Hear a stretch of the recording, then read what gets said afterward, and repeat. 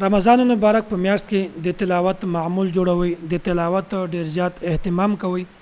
ځکه چې رمضان مبارک میاشت داسې ده چې دا د نزول قرآن میاشت په دغه میاشت کې قرآن کریم را نازل شوی او خوش قسمته سړی هغه ده چې هغه په دغه میاشت کې ډیر زیات تلاوت وکړي، د تلاوت اهتمام وکړي، ځکه چې استاد محترم متکلم اسلام حضرت مولانا محمد الیاس ګومن حفظه الله د هغه د معمول ده چې کوم کسان د دنه بیعت دي د هغه سره تعلق ده بیا هغه ته وایي کته چیرته حافظ وي بیا د رمضان مبارک نه بغیر عام معمول مطابق کم از کم یو سپاره تلاوت ده ضروری ده، او کوم کس چې حافظ نه وي د هغه لپاره یو پاو یا نیمه سپاره ده ضروری ده، او بیا چې کوم کسان رمضان مبارک کې حافظان وي د هغه لپاره خو 15 سپاره تلاوت هم کم ده، او بیا چې کوم کسان د قران کریم ختم کوي دغه لپاره خو د قران کریم ډیر زیات تلاوت کول پکار دي، او غیر حافظ کم از کم دغه لپاره یو سپاره رمضان مبارک کې تلاوت کول دا هم ضروري. نو پکار ده چې مونږ تاسو د رمضان مبارک په میاشت کې د تلاوت ډیر زیات اهتمام کوو، د تلاوت کوشش کوو، او ځکه چې په دغه میاشت کې لس ورځې د اعتکاف ولې د کوشش کوي د اعتکاف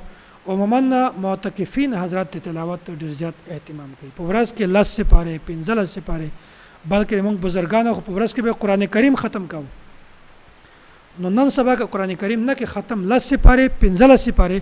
د تلاوت معمول معتکفین لپاره ضروري ده،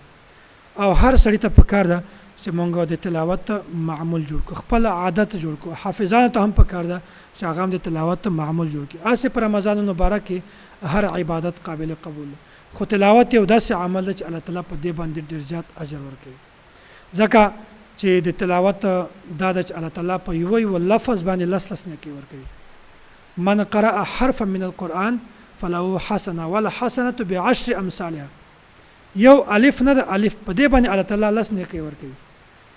او بیا حافظ قرآن دغه الله تعالی کومه درجه ورکړي ده، من قرأ القرآن وعمل بما فيه البس والداه تاج يوم القيامه، الله تعالی به د قیامت پر ورځ باندې د مور پلار ته تاج ور پسر کی، دومره غټه ده، داسې الله تعالی د دغه ډیر زیات فضایل بیان کړی دي. صحیح مسلم کې حضرت ابو امامه باهلی رضی الله تعالی عنه نه دا روایت نقل شوی ده، امام نبی علیه الصلاه والسلام نه درویدلی دي، فرمایي چې تاسو په کثرت سره قران کریم تلاوت کوئ، ځکه چې د قیامت پر ورځ باندې به قران کریم د یغه ویلون کی شفاعت کوي، دغه به سفارش کوي. نو قران کریم چې څوک وایي قران کریم په خپل د یغه ویلون کې سړی سفارش کوي، څومره غټه خبره ده چې د قیامت پر ورځ باندې د موږ بل سفارش نه وي، یو قران کریم داسې چې هغه د موږ سفارش کوي.